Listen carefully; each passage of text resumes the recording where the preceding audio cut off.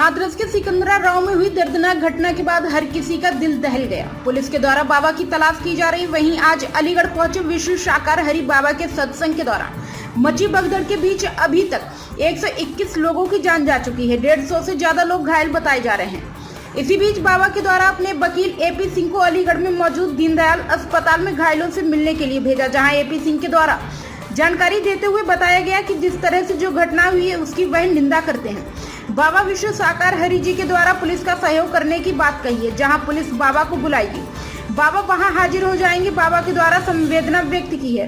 पूरे हादसे को लेकर फिलहाल वह अस्पताल आए हुए हैं, वह घायलों का हालचाल जान रहे हैं। पुलिस और प्रशासन की जांच में बाबा के द्वारा पूरा सहयोग करने की बात कही है। बाबा विश्व साकार हरि के द्वारा पूरी घटना में सहयोग की बात कही है।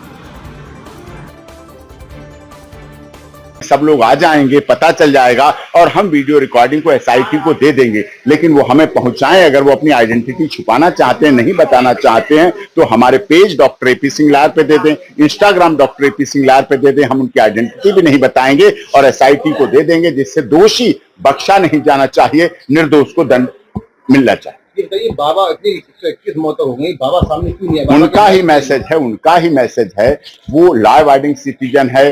पुलिस के अनुसार जैसा पुलिस कह रही वैसा कर रहे हैं। सामने आने की बात मैं आया हूं, उनका मैसेज दिया है, उन्होंने अपना लिखित संदेश दिया है। मृतकों के प्रति संवेदना बिल्कुल इन्वेस्टिगेशन एजेंसी जो भी है, बिल्कुल सदैव वो आज नहीं, कल नहीं, परसों नहीं, वो कभी भेष नहीं बदलेंगे, कहीं भागेंगे नहीं, कभी आपको बॉर्डर पर नहीं मिलेंगे। इसी देश में, इसी उत्तर प्रदेश में हैं और पूरी जांच में जब भी कभी बुलाया जाएगा भाग लेंगे। हमें एसआईटी की जांच एजेंसी पर भरोसा है, लेकिन हमें यह भी मानना पड़ेगा, क्योंकि सनातन की बात है, सनातन पद्धति से हम लोग अपना जीवन चलाते हैं। तो हमने पढ़ा है, हानि लाभ जीवन मरण यश अपयश विधिहात, ये है। और लेकिन इसके साथ ये भी है कि धीरज धर्म मित्र और नारी आपातकाल पर रखिए चाहिए। जो घटना हुई, इतनी भीड़ पहुंची है बताइए, और वहां पर चरण धूल लेने के लिए नारायण साकार हरि के यहाँ कोई चरणों की नहीं है। आपने भी देखा, वरिष्ठ पत्रकार हैं आप लोग अलीगढ़ में, क्या कभी नारायण साकार हरि के पैर छूते हुए की फोटो कभी देखे किसी ने?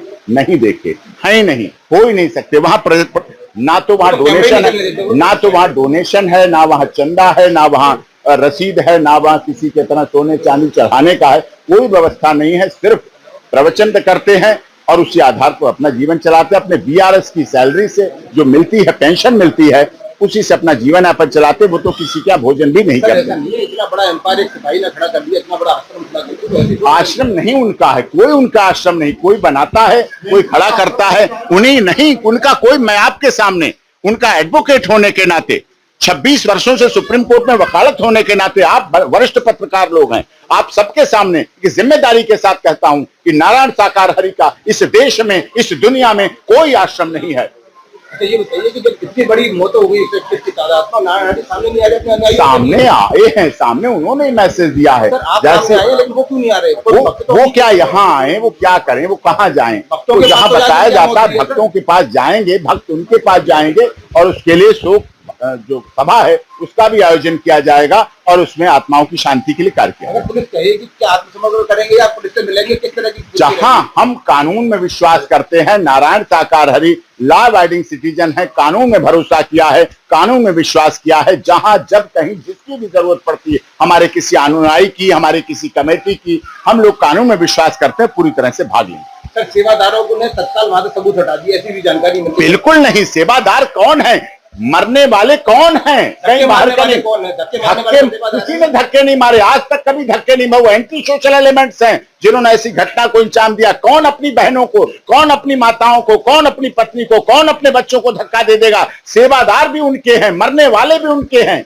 लेकिन मारने वाले कौन थे ये पता करना है। जब से गाड़ी से जब वो जाते हैं, वापसी होती है और उनके कमांडो है वो उनको कवर करते हैं, उसके बाद जो धक्का मुक्की होती है, आप तो छुपा हुआ नहीं है? नहीं, ये कोई कमांडो नहीं है, कोई उनकी सुरक्षा की बात नहीं। वो अलग रास्ता होता है, उससे आते हैं, पीछे से मंच पर चढ़ते हैं और वहां से उतरकर अपना उद्बोधन करने के बाद चले जाते हैं वहां से। ये तो आपको पता है ना, पैरों को छूने की कोई प्रचलन वहां नहीं है, कोई प्रसाद नहीं है, कोई चढ़ावा नहीं है, कोई डोनेशन नहीं है। फरवरी से लेकर जून तक आदर्श आचार संहिता लगी थी, इलेक्शन कोड ऑफ कंडक्ट लगा था, उसकी वजह से अवश्य हो सकता है लोगों की एक भावना है। अब जब सदन में 4 दिन पहले कहा गया हिंदू हिंसक होता है, हिंसा करता है, जब चुनाव में कहा गया सनातन धर्म डेंगू मलेरिया HIV एड्स है, तो लोग कहां जाएंगे? सनातन धर्म को मानने वाले अपने धर्म गुरु के पास जाएंगे, भक्ति आस्था श्रद्धा के साथ जाएंगे कि हिंसक नहीं होता है, सनातन डेंगू मलेरिया HIV नहीं है, एड्स नहीं है, बोलेंगे जाके। इसलिए हो सकता है भीड़ अधिक हो गई हो। एक सवाल अभी खड़ा हो रहा है इसमें कि क्या जांच के दौरान जो अधिकारी वहां तैनात थे जिनकी लापरवाही रही होगी, क्या निष्पक्ष वहां जांच पूरी सही हो पाएगी? देखिए, निष्पक्ष जांच हमें उत्तर प्रदेश सरकार पर, माननीय योगी जी पर और देश के माननीय गृह मंत्री जी पर पूरा भरोसा है। हमें अपनी देश की मीडिया पर भी भरोसा है, जिन्होंने इंजर्ड का और दुकानों का हाल ऊपर तक पहुंचाया, जिसकी वजह से सब संभव हो सका। हम आपसे भी अनुरोध करते हैं, आप भी हमें सहयोग करते रहें और इस तरह से हेल्प करें। बयान तो नहीं दिया घटना में, पूरी बयान उन्हीं का,